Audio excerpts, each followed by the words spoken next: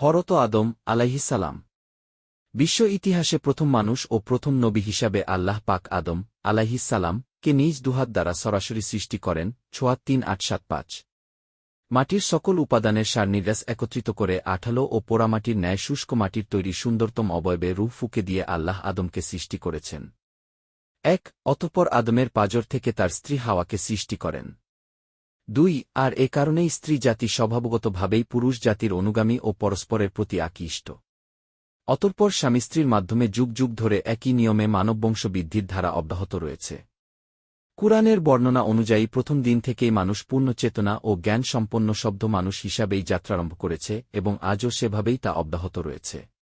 অতএব গুহামানব, বন্যমানব, আদিম মানব ইত্যাদি বলে অসভ্য যুগ থেকে সভ্য যুগে মানুষের উত্তরণ ঘটেছে বলে কিছু কিছু ঐতিহাসিক যেসব কথা শুনিয়ে থাকেন তা অলীক কল্পনা ব্যতীত কিছুই নয়। সূচনা থেকে এয়াবত এই দীর্ঘ পথ পরিক্রমায় মানুষ কখনোই মানুষ ব্যতীত অন্য কিছু ছিল না।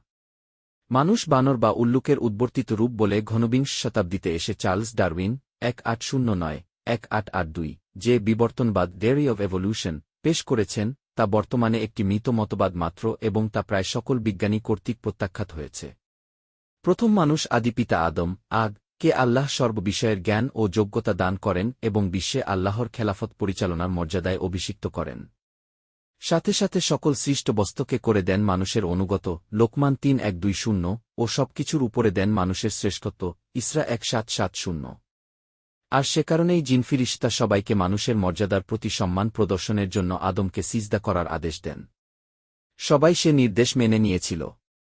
কিন্তু ইবলিস অহংকার বশে সে নির্দেশ অমান্য করায় চিরকালের মতো অভিশপ্ত হয়ে যায়। বাকবারাহ ২-৩-৪। অথচ সে ছিল বড় আলেম ও ইবাদতগুয়ার। সে কারণ জিন জাতির হওয়া সত্ত্বেও সে ফিরিশতাদের সঙ্গে বসবাস করার অনুমতি পেয়েছিল ও তাদের নেতা হয়েছিল। ৩ কিন্তু আদমের উচ্চ মর্যাদা দেখে সে ঈর্ষাকাতর হয়ে পড়ে। ফলে অহংকার বশে আদমকে সিজদা না করায় এবং আল্লাহ ভীতি না থাকায় সে আল্লাহর গয়বে পতিত হয়। এজন্য জনৈক আরবি কবি বলেন, যদি তাকওয়াবিহীন ইলমের কোনো মর্যাদা থাকত তবে ইবলিস আল্লাহর সৃষ্টিকুলের সেরা বলে গণ্য হতো। ঘটাবে। অথচ আমরা সর্বদা আপনার হুকুম পালনে এবং আপনার গুণগান ও পবিত্রতা বর্ণনায় রত আছি।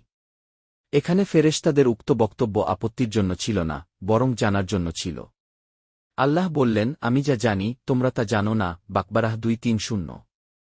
অর্থাৎ আল্লাহ চান এ পৃথিবীতে এমন একটা সৃষ্টির আবাদ করতে যারা হবে জ্ঞান ও ইচ্ছাশক্তি সম্পন্ন এবং নিজস্ব বিচার বুদ্ধি ও চিন্তাগবেষণা সহকারে স্বেচ্ছায় আল্লাহর বিধানসমূহের আনুগত্য করবে ও তার ইবাদত করবে। ফেরেশতাদের মতো কেবল হুকুম তামিলকারী জাতি নয়।